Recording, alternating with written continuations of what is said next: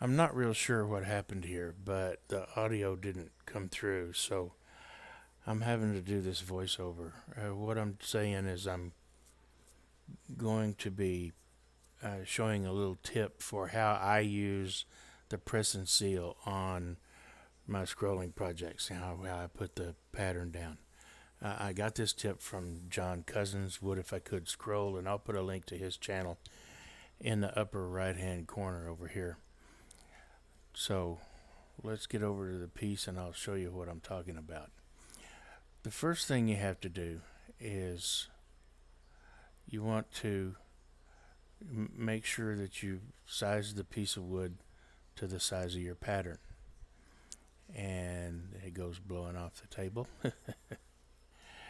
Now, what I do is I sand the piece that I'm going to be scrolling, and I don't sand it all the way to.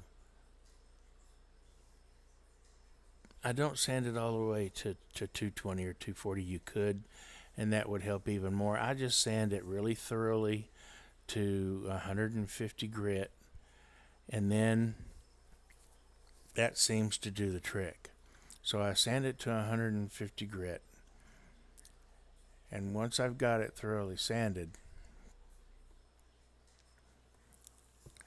I will brush the dust off, and then I will blow the dust off, and then I take a tack cloth. Now a tack cloth can either be cheesecloth or it can be a cotton t-shirt, and I put a little bit of paint thinner on it if it's dried out. I'll put a little bit of paint thinner or turpentine on it, or mineral spirits, whatever you want to use. Either of those three things will work just fine. And I give the piece a rub down. I just rub it down good, and that will pull all of the dust out of the fine pores of the piece that you're going to be cutting. Just make sure you thoroughly rub it down all the way around. You can see the dust that pulled up. And then all that's left to do is leave it sit and dry for a few hours. You want to make sure that all of that turpentine and mineral spirits evaporates off. So you just let it sit for a few hours, and once it's set for a few hours, then we'll come back to it. Once it's dry, we take the press and seal, pull out just enough to cover the board, if I can get it out of the package.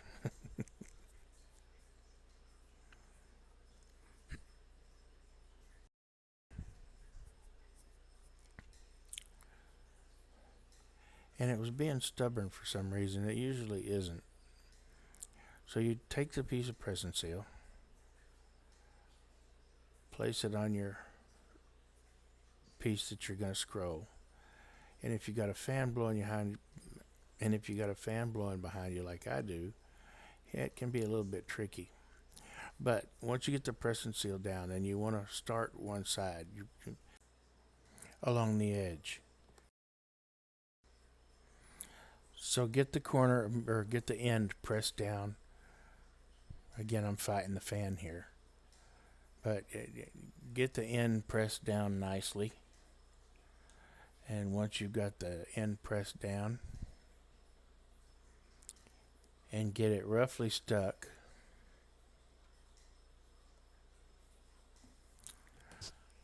I take an old credit card or a plastic card. You can use a plastic spatula or a plastic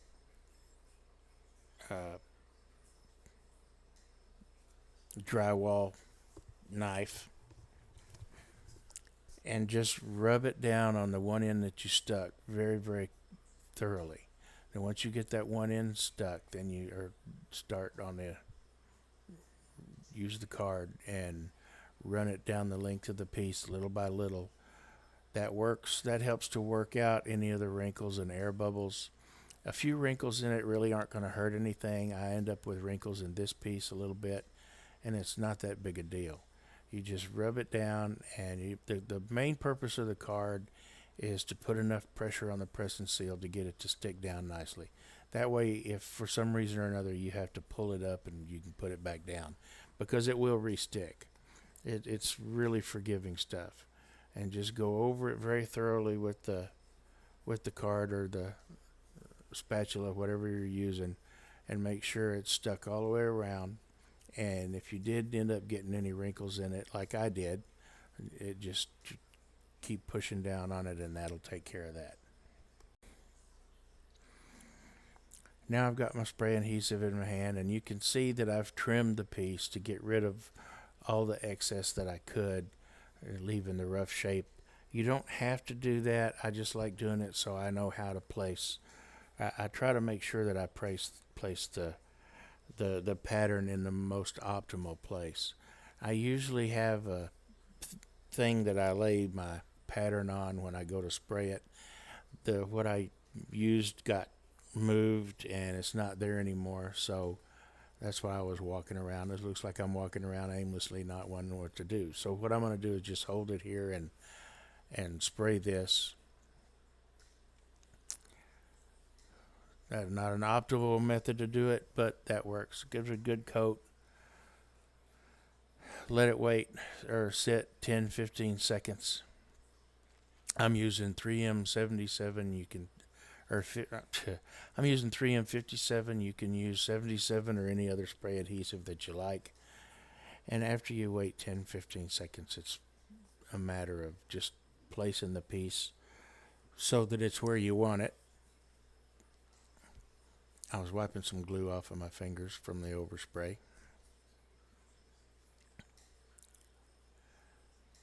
And running my mouth about something, not much telling what.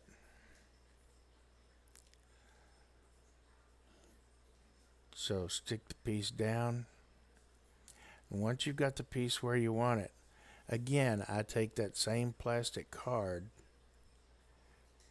and go over the piece. So after I get this stuck down, I'm going to go over and get the card. Not sure why I didn't leave it laying on the workbench. That would have been a little quicker, but, you know, that's just the way I roll sometimes. Goofy boy.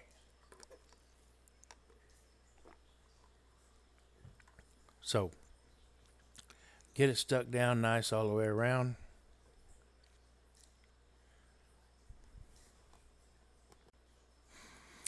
And there you go. Bob's your uncle. The piece is stuck down to the press and seal. The press and seal is stuck down to the wood. You're not going to get any residue from the press and seal on the wood. The only exception to this that I have found so far is when I used ash juniper. For some reason, it did leave a little residue on the ash juniper, but that residue didn't clog up my sandpaper when I did my final sanding. So I'm not real sure why it did on the juniper. I'm guessing it had something to do with the reaction with the oils, but it worked out just fine.